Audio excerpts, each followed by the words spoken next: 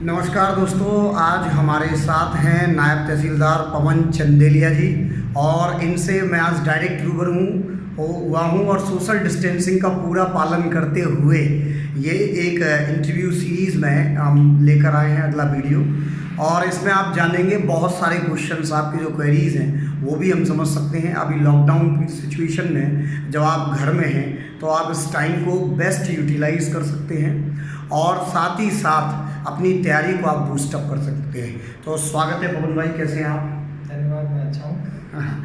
सबसे पहला प्रश्न मेरा ये है कि MPPSC को लेके सबसे पहला ख्याल आपके दिमाग में कब आया कि मुझे सिविल सर्विसेज की तैयारी करनी है? सबसे पहले तो जब हम स्कूलिंग कर रहे थे अपनी, उस समय हम डबरा में, मैं अपने गृह डिस्ट्रिक्ट ग्वालियर है मेरा जी। तो वहाँ पर डबरा तहसील में रहते थे। तब अभी उसी समय रतलाम से पिताजी का ट्रांसफ़र वहाँ हुआ था। तो वहाँ क्या है, जो हमारा स्कूल था प्रीटी पीटल्स कॉन्वेंट स्कूल, तो उस समय मैं 4th क्लास में था। 4th to 8th मेरा उसी स्कूल में हुआ। तो वहाँ SDM बंगला था बगल में, हमारे स्कूल के जस्ट बगल में स्टेडियम, बगल में ही SDM बंगला। तो जब भी हम वहाँ से निकलते थे, मैं पैदल पैदल घर से जाता था। 3 किलोमीटर दूर हमारा घर था, तो पैदल आना जाना रहता था मेरा। तो 3 किलोमीटर जाना आना, तो उस बीच में हमें वो SDM ऑफिस का बंगला दिखता था, वहाँ उनके गार्ड दिखते थे। कभी कभार जो SDM साहिबा रहती थी और तो वो भी बाहर जाते हुए कभी हमें दिख जाते थे। तो बड़ा अच्छा लगता था कि अरे ये कौन है। तो देखा कि हाँ ये ऑफिसर हैं, SDM है। तो उस समय स्कूल में तो थोड़ा इतना कुछ समझ नहीं आया। बाकी हमारे पिताजी भी हमेशा कहते रहते थे कि बेटा ऑफिसर बनना है, अपन को अधिकारी बनना है, अपन को कलेक्टर बनना है, इस प्रकार का। तो पिताजी का जो सपना था वो भी अंदर, और यहाँ इन्हें देख के हम बहुत करेज फील करते थे कि हाँ कुछ हम इन्हीं जैसे बने। तो वहीं से स्टार्टिंग हुई सिविल सर्विसेज की, और वहीं से मैंने सोचा कि मुझे अभी करना चाहिए। ग्रेट। सो दोस्तों, ये अभी यंगेस्ट नायब तहसीलदार आप इन्हें कह सकते हैं। बहुत ही एज अभी उनकी कम है और इन्होंने अपने अटेम्प्ट्स कैसे लिए जानते हैं, उनके सारे अटेम्प्ट्स के बारे में। तो पवन भाई, कौन सा अटेम्प्ट था आपका ये PSC का? ये मेरा पहला अटैम्प्ट था। एक्चुअली मैंने अपना इलेक्ट्रिकल इंजीनियरिंग MITS ग्वालियर से किया, 2016 पास आउट हूँ मैं। देन उसके बाद ही मैं सिविल सर्विसेज के लिए सोचने लगा। पहले मैंने सोचा कि मैं UPSC के लिए दिल्ली जाऊँ, तो मैं वहाँ गया, लेकिन फिर थोड़ा सा प्रॉब्लम्स, पारिवारिक प्रॉब्लम की वजह से मैं वहाँ फिर थोड़ा सा दिक्कत थी, इसलिए मैं वहाँ से वापस आया और फिर मैं इंदौर गया। थोड़ा सा लेट हो गया था, कई बेचेस जो है जून जुलाई में स्टार्ट हो जाते हैं, लेकिन मैं अगस्त में वहाँ गया। अगस्त में जब मैं वहाँ गया तो मैंने वहाँ कोटेल अकेडमी ज्वाइन की। कोटेल अकेडमी ज्वाइन करने के बाद वहाँ थोड़ा सा हमें रहता है, माहौल मिलता है। एक्चुअली कोचिंग का इससे सबसे बड़ा जो बेनिफिट है वो यही है कि हमें वहाँ एक अच्छा एनवायरनमेंट मिलता है, हमें पता मिलता है, पता रहता है, अच्छा लगता है कि इतने लोग हम किससे कंपटीशन कर रहे हैं, वो वहाँ पे हमें समझ में आ जाता है कि कैसे क्या करना है। बस फिर उसके बाद वहाँ से स्टार्टिंग किया और उस वक्त 12 फरवरी को, 12 फेब को प्री था 2017 का, वो दिया। देन रिजल्ट आया। रिजल्ट आने के बाद 2 महीने मेंस और प्री के बीच में थे। रिजल्ट 31 मार्च को रिजल्ट आया था जी। और 3 जून से एग्ज़ाम स्टार्ट होना थे। तो मुझे लगा कि अब कैसे होगा, तो मैं कुछ दिनों तक क्लासेस गया, कोर्स। अभी फिर मैंने सिलेबस देखा कि मेंस का सिलेबस तो इतना बड़ा है, हुआ इतना है। उसके बाद मैं सिलेबस के अकॉर्डिंग अपनी तैयारी स्टार्ट की, अपने अलग नोट्स, शॉर्ट नोट्स प्रिपेयर किए उनके लिए। तो कहीं से भी नेट से जो कुछ टॉपिक्स हैं वो मैंने नेट से भी निकाले।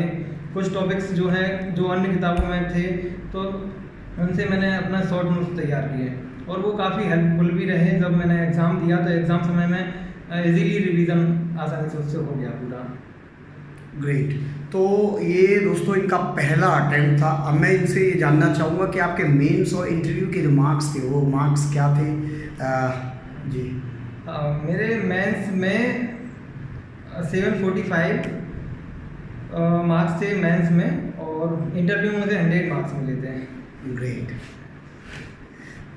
तो अगला प्रश्न दोस्तों उनसे ये रहेगा मेरा कि मेंस की जो प्रिपरेशन है, मेंस की प्रिपरेशन को हम कैसे बूस्टअप कर सकते हैं, क्योंकि मेंस एक बहुत इंपॉर्टेंट पहलू है। हम प्रीलिम्स की तैयारी करते हैं तो बुक लिस्ट से रिलेटेड भी कई सारे प्रश्न जो है लोग पूछते हैं। तो मेंस की प्रिपरेशन, जब टाइम इतना कम था प्रीलिम्स और मेंस के बीच, तो आपने कैसे मैनेज किया उसे?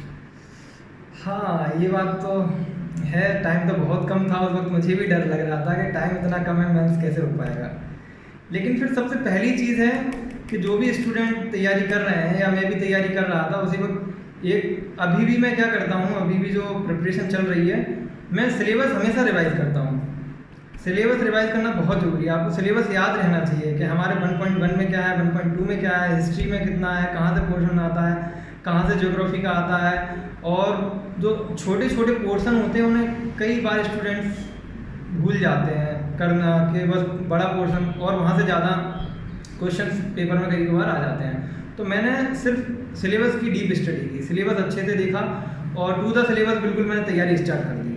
जैसे ही कोई टॉपिक कंप्लीट होता था तो मैं उस पर टिक लगा देता था कि ये टॉपिक मेरा कंप्लीट हो गया। थोड़े से शॉर्ट नोट्स बन जाते थे। देन ऐसे ही मैंने पूरे सब्जेक्टों के लिए ऐसा ही किया। ग्रेट। तो मीन्स अकॉर्डिंग टू सिलेबस आप अगर आप तैयारी करते हैं तो आपके नोट्स प्रॉपर बन जाते हैं। जैसा जनरली हमने जितने भी इंटरव्यूज़ किए अभी तक, सब में आपने देखा, जितने एक्सपर्ट्स हमारे, सबका एक ही ओपिनियन था कि आप to the point according to syllabus आपके नोट्स तैयार कीजिए और अकॉर्डिंगली फिर आपकी जो तैयारी है वो आगे की ओर बढ़ती है। अगला प्रश्न ये है कि क्या पवन चंदेलिया जो है वो नायब तहसीलदार पोस्ट जो आपकी है उससे आप संतुष्ट हैं या फ्यूचर ड्रीम्स आपके क्या हैं? एक्चुअली संतुष्टि एक चीज़ होती है, पहले जो कोई व्यक्ति सोच के रखा होता है कि मुझे ये बनना है जी। जब वो बन जाता है तभी संतुष्टि मिलती है। तो जैसा कि सबका सपना होता है कि मैं एक IAS बनूं, कलेक्टर बनूं, उच्च पद हमें मिले, तो उसके लिए हमेशा सभी प्रयासरत भी रहते हैं।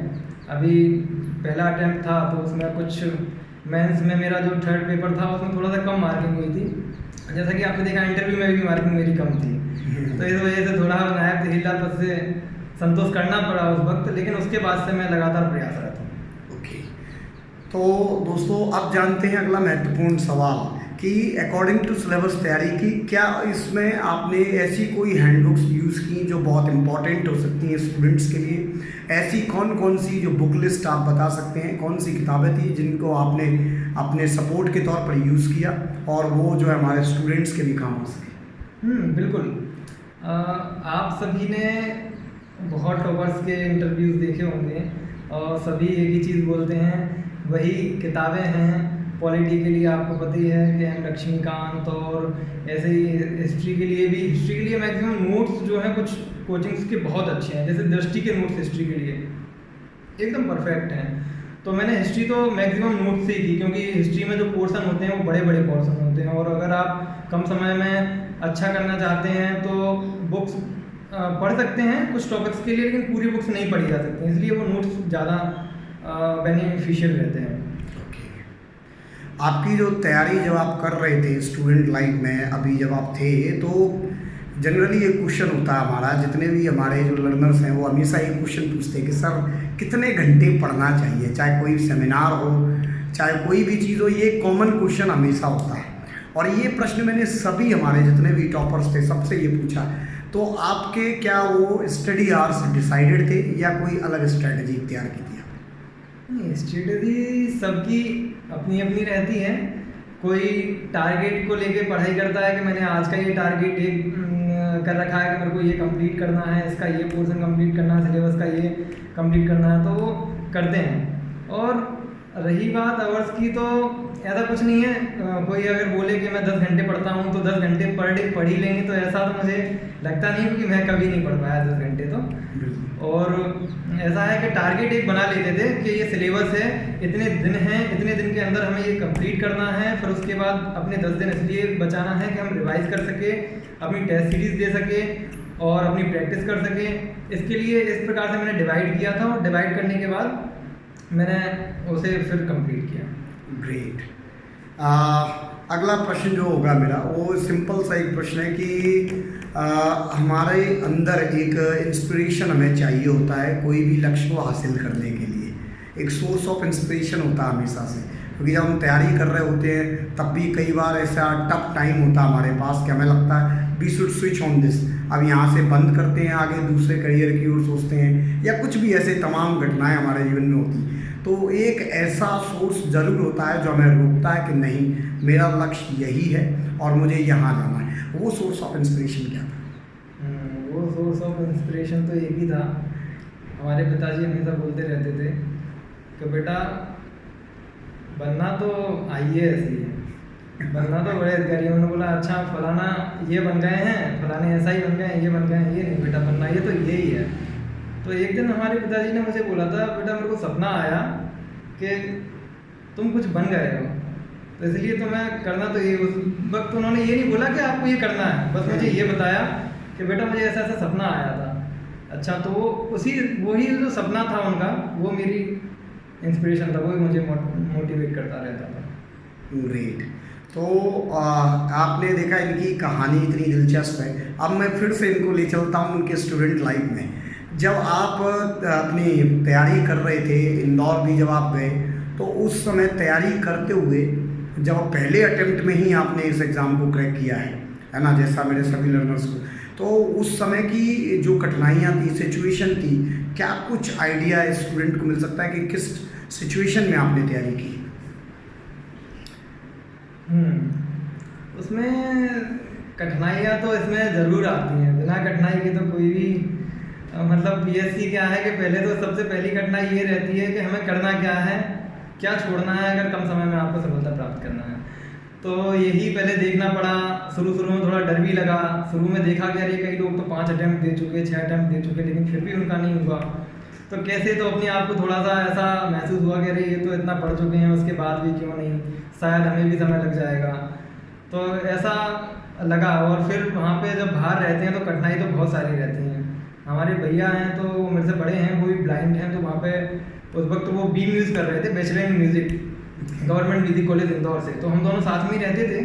तो साथ में हमारा जो है, साथ में हम दोनों, मैं ही खाना वगैरह भी बनाता था। खाना वगैरह बना के फिर मैं चला जाता था, उनको कॉलेज भी छोड़ना पड़ता था, तो उनको कॉलेज छोड़ के आ जाता था। वो काफ़ी देर तक वेट करते रहते थे कि पवन अब आएगा तो मुझे ले जाएगा। तो मैं आता था, उन्हें पिकअप करके फिर घर पे छोड़ देता था। तो उनकी भी एक बहुत बड़ी भूमिका रही है। वो एक्चुअली इंदौर में इसीलिए गया था क्योंकि भैया का सिलेक्शन वहाँ हो गया था। तो वहाँ बैचलर इन म्यूज़िक वो कर रहे थे उस वक्त। इस समय वो मास्टर इन म्यूज़िक कर रहे हैं इंदौर से ही। और उनका फाइनल ईयर है मास्टर इन म्यूज़िक का। तो बस हम दोनों रहे। थोड़ा सा कठिनाइयाँ परेशानियाँ ये तो सब जगह आती हैं, संघर्ष ही जीवन है। तो देखा, तो challenges is the part of life, और इन चैलेंजेस को किस बखूबी और किस ईमानदारी से निभाया ये आपने जाना आज के हमारे टॉपर्स इंटरव्यू में, कि कैसे पवन चंदेलिया जो हैं वो पहले अटेम्प्ट में नायब तहसीलदार बने।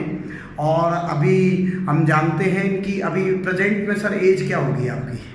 मेरी एज अभी 24 हो चुकी है। अभी ये मात्र 24 साल के हैं और इनके पास एक 24-25, आप समझ सकते हैं कितनी बड़ी एक जिम्मेवारी है, कि कितनी जिम्मेदारी तरीके से अभी जितने भी लोग पलायन कर रहे हैं कोविड-19 सिचुएशन में, उनके क्वारंटाइन से लेकर जो सारी चीज़ें हैं उसको मैनेज करना, इतनी बड़ी रिस्पॉन्सिबिलिटी के साथ हमारे साथ आज उन्होंने समय निकाला और बात की, इसके लिए बहुत बहुत आभारी है अनअकैडमी परिवार पूरा। Thank you. और आपके इन्हीं प्रयासों से ज़रूर हम एक दिन जीतेंगे इस जंग को, हम ज़रूर कामयाब होंगे। ज़रूर, बिल्कुल। तो बहुत बहुत धन्यवाद। जय हिंद, जय भारत। जय हिंद।